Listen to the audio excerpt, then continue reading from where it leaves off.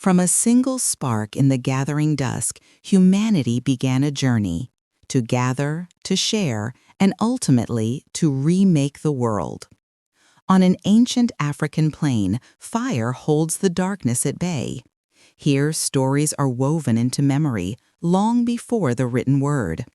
With the warmth of the flame came the power of language, a tool to link minds, to soften fears, and to fuel the cooperation that would carry our ancestors across continents and ice sheets.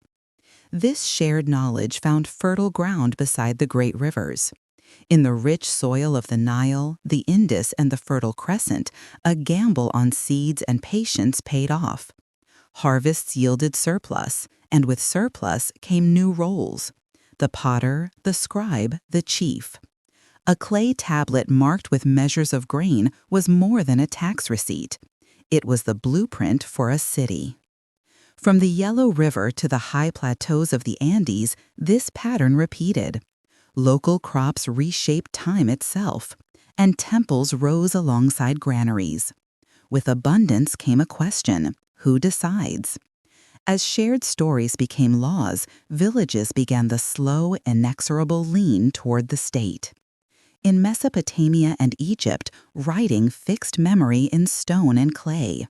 Scribes tracked the lifeblood of the floods, while kings claimed divine right. Power was no longer fleeting, it was carved into monuments.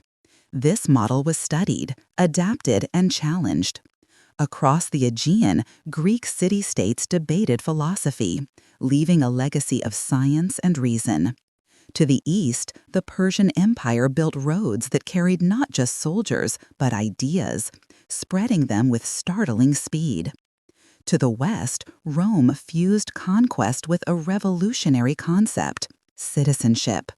On the Indian subcontinent, the Mauryan and Gupta empires balanced justice with art, while in the Far East, the Han dynasty perfected bureaucracy on silk and paper. And across a vast ocean, the Maya mapped the stars, building their own world of meaning in stone. Slowly, these great centers began to connect. Along the Silk Road and across the Indian Ocean, markets became the arteries of a new, interconnected world. With bales of spice came new beliefs. Knowledge, like currency, began to flow. New faiths like Christianity and Islam swept across continents, providing not just meaning, but community, law, and institutions that would shape cities and schools for centuries. Then, from the steppes, horsemen thundered across Eurasia, uniting desert and forest. This Mongol unification accelerated the flow of messages and merchants, but the paths of connection carried a darker traveler. The Black Death revealed the terrifying fragility of this new global network. Soon, tall ships armed with iron cannon would turn scattered oceans into a single, crowded stage. The age of exploration bound continents together, triggering the Columbian Exchange, a global remix of life itself. A humble potato crossed the sea and ended famine. But chains crossed too, fueling the brutal transatlantic slave trade and forever changing the meaning of home.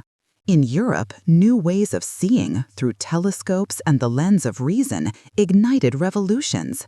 The Enlightenment's call for liberty echoed from the Americas to France to Haiti. Yet, as rights were debated on paper, human beings remained in chains.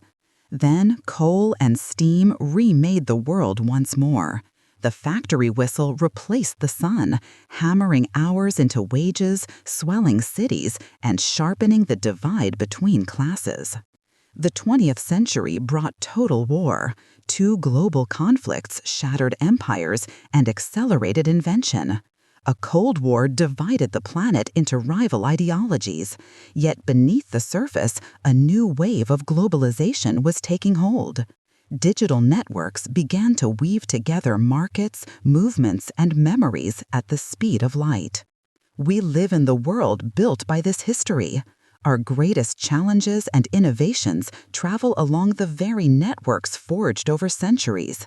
Climate change, pandemics, and inequality respect no borders. We are, for the first time, a single, interconnected civilization. And the story is not over. Ahead lies the debate over our technology, our power, and the future of the fragile planet we all call home.